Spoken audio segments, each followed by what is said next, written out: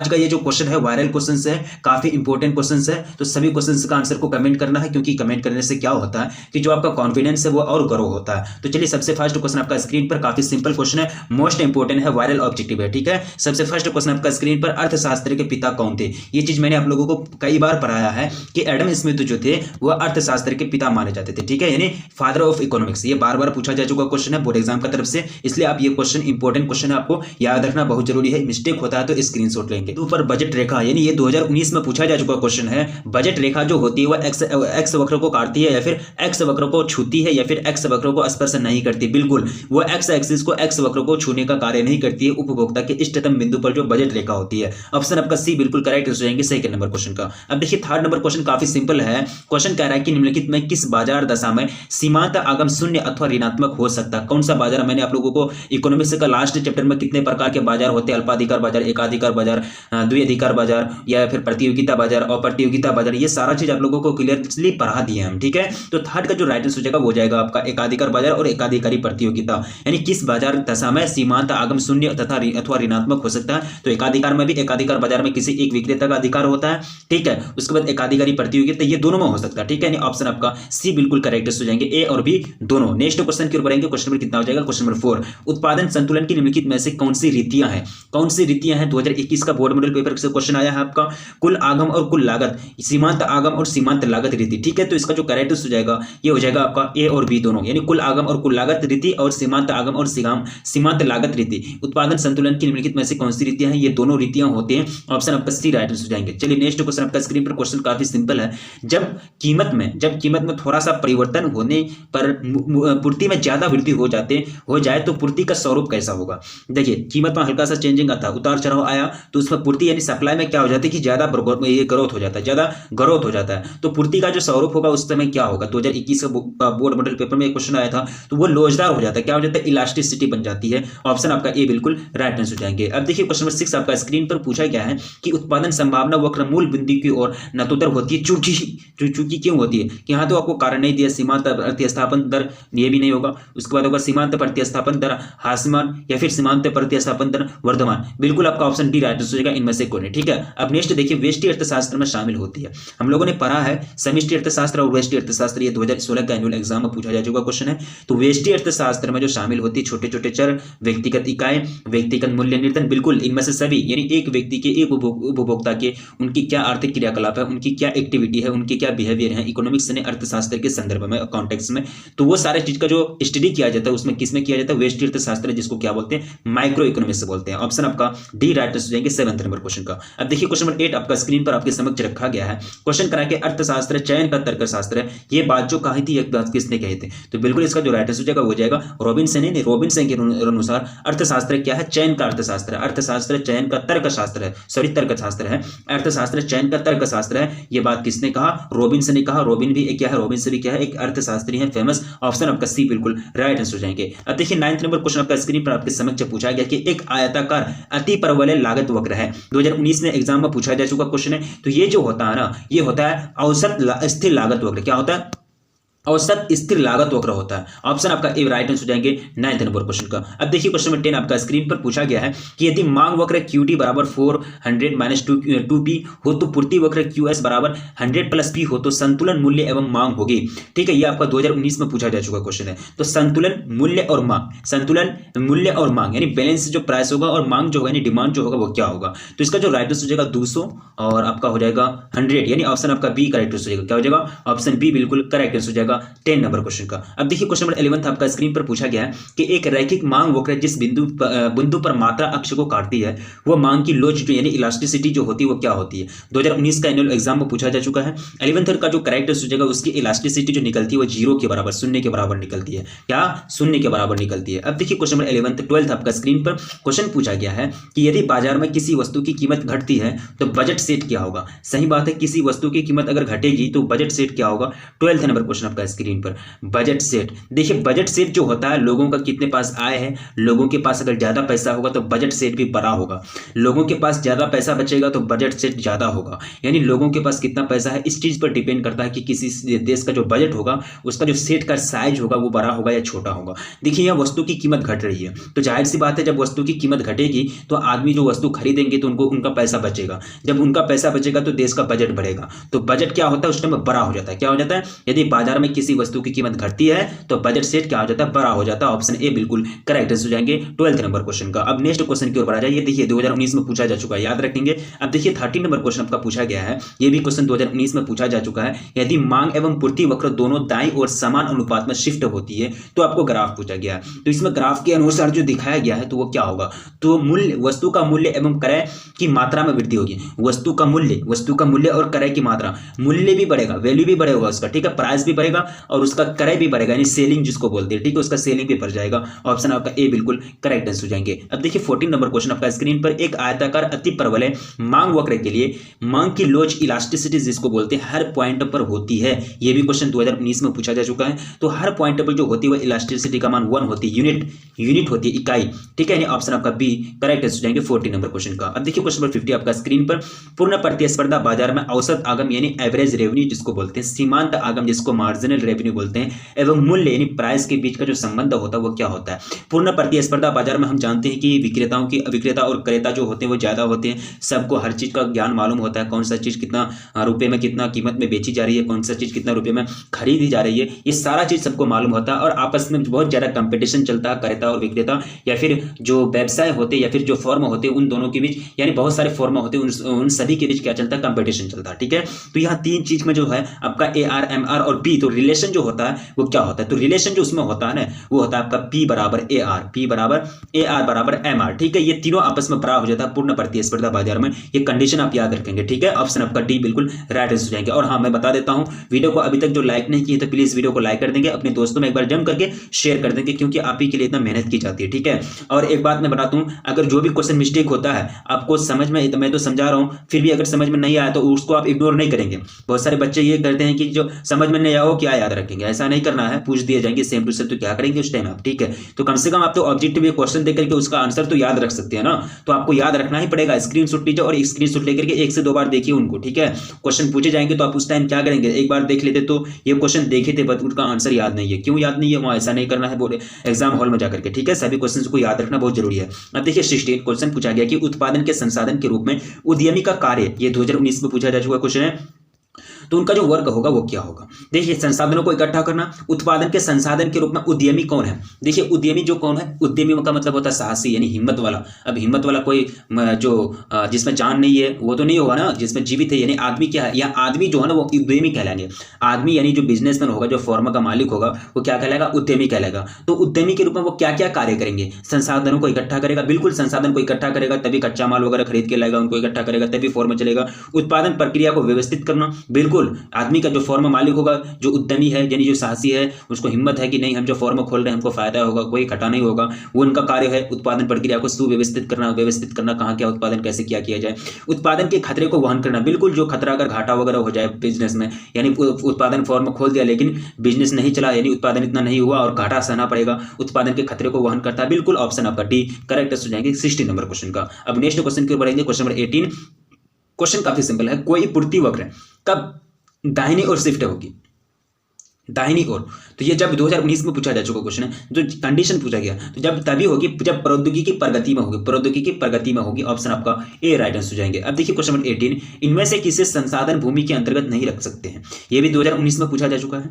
तो संसाधन भूमि के अंतर्गत जो नहीं रख सकते हैं वो मशीन, यानी ऑप्शन आपका डी करेक्ट हो जाएगा। क्या हो जाएगा, ऑप्शन डी। नदी, जंगल और खदान ये सब क्या है, संसाधन, भूमि संसाधन है ना, भूमि संसाधन है। अब मशीन जो है वो एक प्रकार का एक तरह से मानव निर्मित संसाधन है। अब देखिए 2019 में ये भी क्वेश्चन पूछा गया है कि अल्पकाल में पूर्ण प्रतिस्पर्धा फॉर्म के लाभ अधिकतमीकरण की शर्त क्या है। अल्पकाल में यानी अल्पकाल शॉर्ट टाइम में, तो उसकी जो शर्त होती है क्या होती है कि सीमांत आय और सीमांत लागत आपस में बड़ी होनी चाहिए। सीमांत आय यानी मार्जिनल एक तरह से आय यानी इनकम, और जो होता है आपका सीमांत लागत यानी मार्जिनल जो एक तरह से लागत होता है, कॉस्ट होता है MC, वो दोनों आपस में क्या होनी चाहिए, बराबर होनी चाहिए। अब देखिए क्वेश्चन नंबर 20 में पूछा गया कि कुल उत्पादन इकाई एक X1 इकाई पर माइनस करते कुल उत्पादन X1 x1 - 1 इकाइयों पर की परिभाषा है। ये भी 2019 में पूछा जा चुका क्वेश्चन है। तो यहाँ जो इसका परिभाषा, ये किसका परिभाषा दिया गया है, ये जो परिभाषा, ये आपका परिभाषा कुल उत्पादन की परिभाषा, कुल उत्पादन टोटल प्रोडक्ट की परिभाषा है। नेक्स्ट देखिए क्वेश्चन 21, अल्पाधिकार बाजार में है।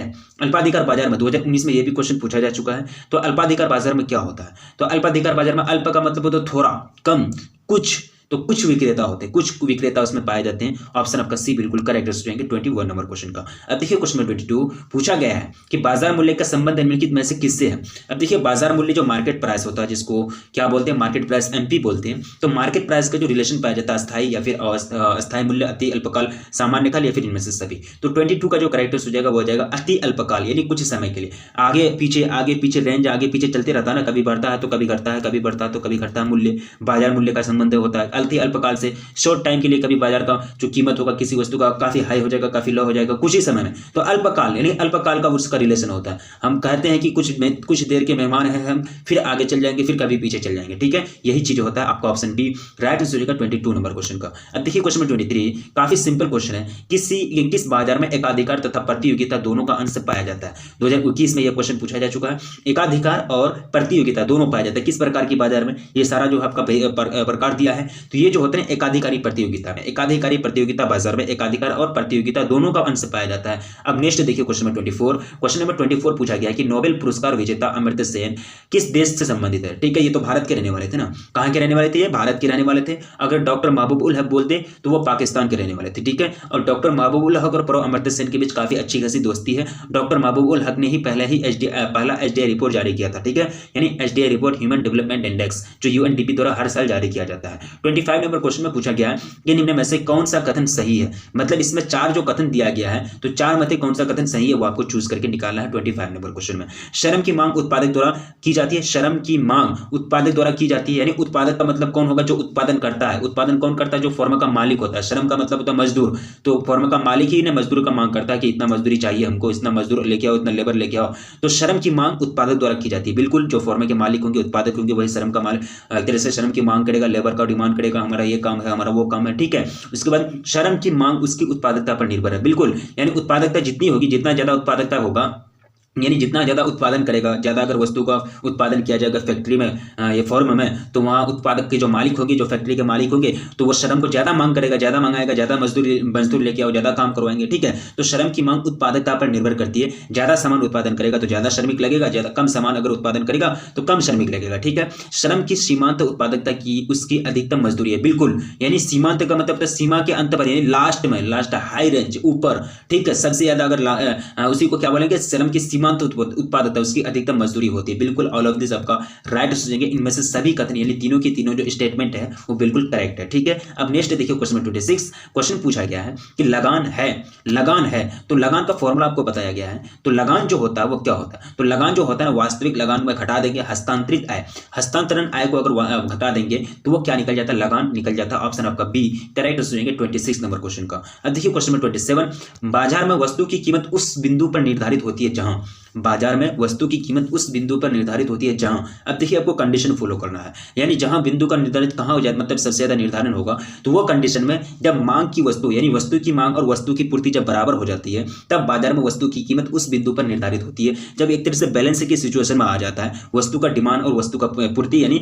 Demand and supply is equal, यानी डी बराबर एस हो जाएंगे, तब उस स्थिति में कीमत उस बिंदु पर निर्धारित होती है। ठीक है, यानी ऑप्शन आपका बी करेक्ट हो जाएंगे। 28 नंबर क्वेश्चन आपका स्क्रीन पर समक्ष पूछा गया है कि साधन कीमत निर्धारण के निम्न में से कौन संघटक है? ठीक है, साधन कीमत निर्धारण के निम्न से कौन संघटक? लगान, मजदूरी, ब्याज, इनमें से सभी। बिल्कुल, ऑल ऑफ दिस हो जाएगा। देखिए, किसी चीज की अगर कीमत अगर मतलब होगी, अगर किसी चीज का जो कीमत निर्धारण होता है, मान चलिए कोई गुड्स है, उसका रुपया 10 रुपया, तो अगर उसमें ज्यादा अगर 10 रुपया से ज्यादा लागत लगेगा, लगान ज्यादा लगेगा उनको बनाने में, तो उसके हिसाब से होगा ना। यानी अगर जितना लगान होता है उससे प्लस बेचा जाता है। अगर कोई वस्तु 10 रुपया में बिक रहा, तो जाहिर सी बात है इसको बनाने में इसका लगान जो होगा 10 रुपया से कम होगा, तभी उसमें लगान में अपना प्रॉफिट जो होता है वो सबको जोड़ करके फाइनल प्राइस फिक्स की जाती है। तो लगान पर भी निर्भर करता है। ठीक है, यानी साधन कीमत निर्धारण का एक बहुत बड़ा फैक्टर है मजदूरी कितना लगा नहीं लगा उस वस्तु को बनाने में, वो भी चीज उसमें जोड़ करके ऐड कर दिया जाता है। तब उसके बाद क्या होता है कि ब्याज यानी इंटरेस्ट भी उसमें ऐड कर दिया जाता है। तो तीनों के तीनों जो होता है वह साधन कीमत के निर्धारण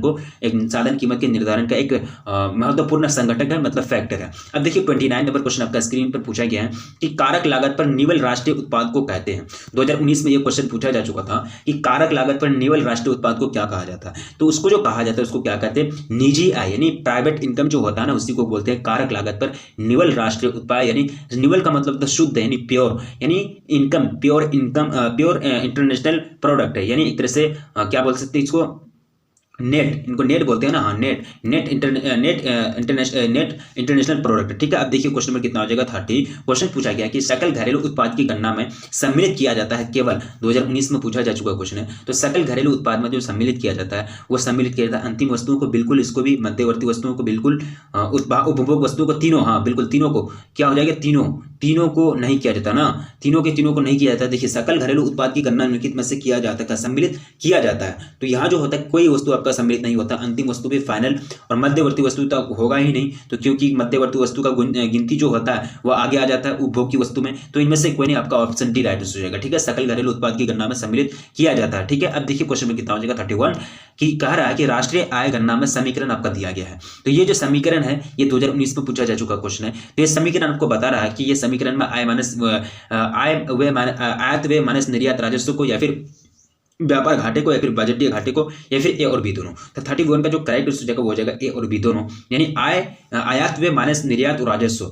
और बी में क्या है कि व्यापार घाटे। ठीक है, ऑप्शन डी, ऑप्शन सी बिल्कुल करेक्ट हो जाएंगे। अब देखिए 31, 32 समष्टि अर्थशास्त्र में अध्ययन किया जाता है। मैंने आप लोगों को बताया था कि माइक्रो इकोनॉमिक्स जो होगा क्या है, बहुत बड़ा एक तरह से क्षेत्र है अर्थशास्त्र के, जिसमें हर एक टर्म का अध्ययन किया जाता है। जीएनपी हो, एनएनपी हो, एनआई हो, या फिर जीडीपी हो, जितने सारे टर्म्स होते हैं, जितने बारे नेशनल लेवल पर जितने सारे इकोनॉमिक्स के बहुत बड़े बड़े फैक्टर होते हैं, जितने सारे विषय होते हैं, वो सारे चीज का जो स्टडी किया जाता है वो माइक्रो इकोनॉमिक्स है, जिसमें क्या कहते हैं समष्टि अर्थशास्त्र में किया जाता है। क्योंकि समष्टि अर्थशास्त्र बहुत बड़ा एक अर्थशास्त्र है और समष्टि अर्थशास्त्र इसके सामने एक छोटा सा यूनिट है। ठीक है, तो इसका जो करेक्ट आंसर हो जाएगा 32 का वो हो जाएगा आपका क्या, ऑल ऑफ दिस, यानी इनमें से सभी व्यापार चक्रों का सिद्धांत, जितने भी प्रिंसिपल होते हैं, आर्थिक विकास का प्रिंसिपल, व्यापार यानी बिजनेस वाला प्रिंसिपल, और सामान्य कीमत और कीमत स्तर एवं मुद्रास्फीति का जो जितना भी प्रिंसिपल है, ये सारे चीज का स्टडी आपका समष्टि अर्थशास्त्र में किया जाता है। ऑल ऑफ दिस, इनमें से सभी ऑप्शन डी करेक्ट आंसर हो जाएंगे। अब देखिए 33 अर्थशास्त्र में तेजी और मंदी की समस्या को कहा जाता है। अर्थशास्त्र में तेजी और मंदी की जो समस्या होती है ना,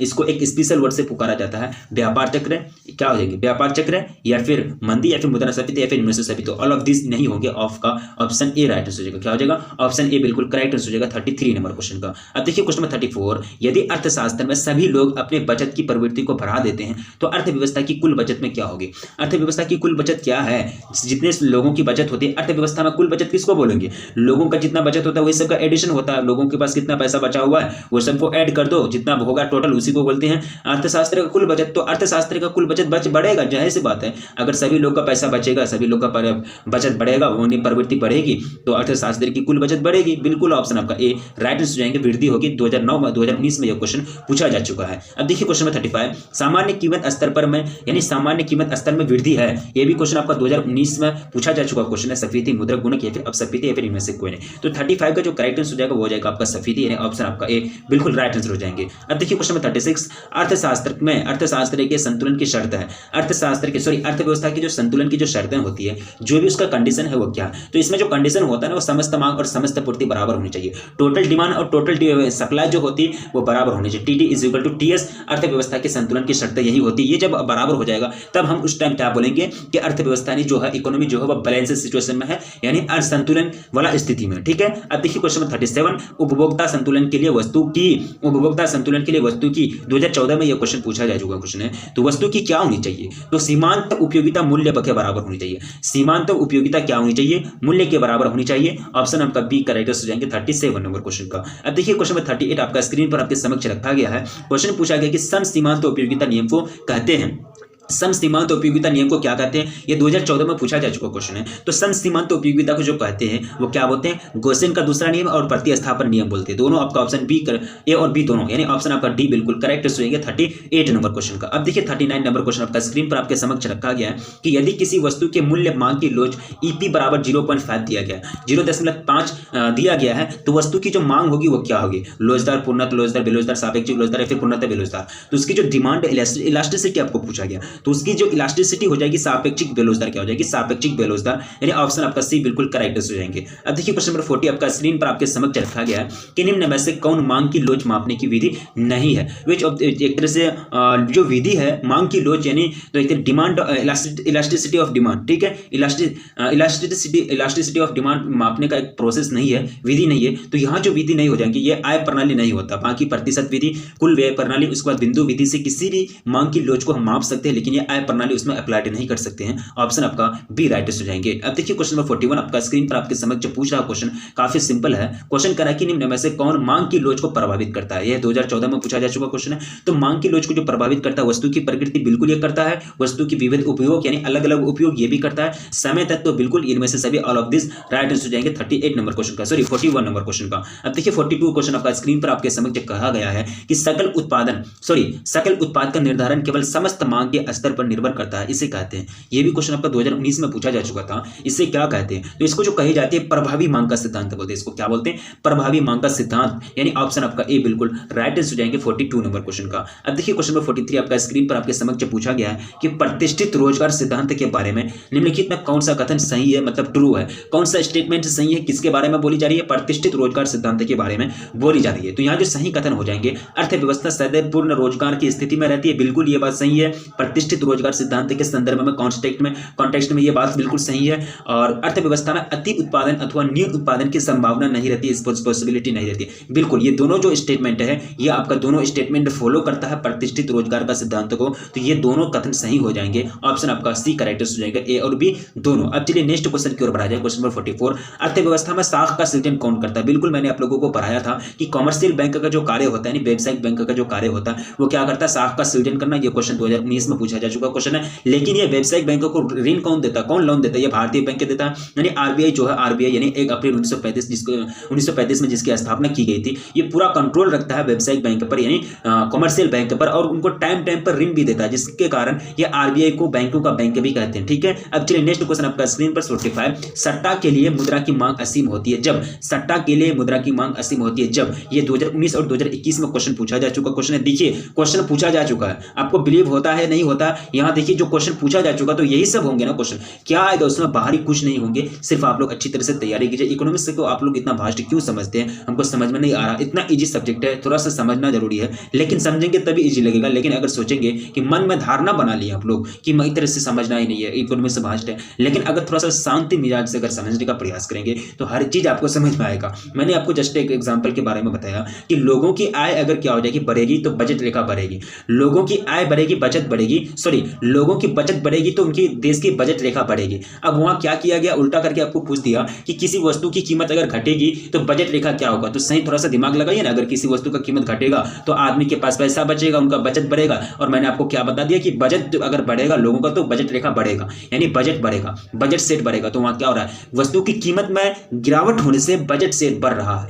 क्योंकि वस्तु की कीमत में गिरावट हो रही है तो आदमी के पास पैसा यानी बचत बढ़ रहा है, बचत का बढ़ना ही क्या कहलाता है, बजट सेट का बढ़ना। लोगों के पास ज्यादा पैसा होगा तो बजट सेट बढ़ेगा। थोड़ा सा इसमें थोड़ा सा घुमा दिया जाता है, इसलिए आप लोग समझ नहीं पाते हैं, लेकिन काफी इजी सब्जेक्ट है। अब देखिए 46 से क्या पूछा गया कि उच्च शक्तिशाली मुद्रा है, 2019 में ये क्वेश्चन पूछा जा चुका क्वेश्चन है। तो हाई जो मतलब एक तरह से उच्च शक्तिशाली, हाई स्ट्रांगली जो ये होते करेंसी होते हैं वो होते करेंसी प्लस रिजर्व, यानी ऑप्शन आपका ए बिल्कुल करेक्ट हो जाएंगे। 48 47 मुद्रा की पूर्ति में सम्मिलित है ब्लैंक्स, मुद्रा की पूर्ति में सम्मिलित है, क्या क्या सम्मिलित है, तो मुद्रा की पूर्ति में जो सम्मिलित होती है ना वो क्या क्या होती है, मौद्रिक प्राधिकरण द्वारा जारी करेंसी, बिल्कुल ये होती है जमा, मांग जमा, ठीक है बिल्कुल, यानी ए और बी राइट हो जाएंगे, ऑप्शन आपका डी बिल्कुल करेक्ट हो जाएंगे 47 नंबर क्वेश्चन का। अब 48 नंबर क्वेश्चन आपका स्क्रीन पर समक्ष रखा गया कि एक मुद्रा की दूसरे मुद्रा के रूप में कीमत कहलाती है। एक मुद्रा की, जैसे कि भारतीय मुद्रा है यानी रुपया, भारतीय मुद्रा है, भारतीय करेंसी है, ठीक है। उसके बाद भारतीय करेंसी को अगर नेपाल की करेंसी या फिर अदर देश की करेंसी के रूप में अगर उनका आकेंगे, उनका वैल्यू को मतलब वैल्यूएशन करेंगे, तो यहाँ क्या कहलाएगा, वहाँ क्या कहलाएगा, एक तरह से इनको क्या कहेंगे, एक तरह से इनको कहेंगे द्विपक्षीय सांकेतिक विनिमय दर, और इनको विनिमय दर भी बोलेंगे, ठीक है, यानी ऑप्शन आपका डी बिल्कुल राइट हो जाएंगे, ए और बी बोथ, ठीक है। अब नेक्स्ट क्वेश्चन देखिए 49 आपका स्क्रीन पर, एक संतुलित बजट किसे कहते हैं। एक संतुलित बजट जो होता है ये 2019 में पूछा जा चुका क्वेश्चन है। तो एक संतुलित बजट जो कहते हैं जब जब व्यय और प्राप्तियां बराबर हो, जब व्यय और प्राप्तियां, यानी व्यय का मतलब होता है खर्च या और प्राप्तियों का मतलब होता है इनकम, जब इनकम और खर्च बराबर होंगे तब एक संतुलित बजट का निर्माण होगा, यानी ना ही घाटा में जाएगा बजट, ना ही प्लस में जाएगा, बीचो जीरो में रहेगा, ना ही घाटा सहना पड़ेगा देश को, ना ही एक तरह से मतलब फायदा होगा, ठीक है, यानी एक तरह से न्यूट्रल रहेगा, बैलेंस में रहेगा। 40-50 क्वेश्चन आपका स्क्रीन पर। यदि वर्तमान कीमत पर सकल घरेलू उत्पाद 2000 रुपया है, जबकि आधार वर्ष की मैं सकल घरेलू उत्पाद 1000 रुपया था, तो इस स्थिति में अपसफीतिक जो होगी वो कितना होगी? 2019 में पूछा जा चुका क्वेश्चन है। तो इस स्थिति में जो अपसफीतिक हो जाएगी वो 200%, कितना? 200% हो जाएगी। ऑप्शन आपका सी बिल्कुल करेक्ट हो जाएगी।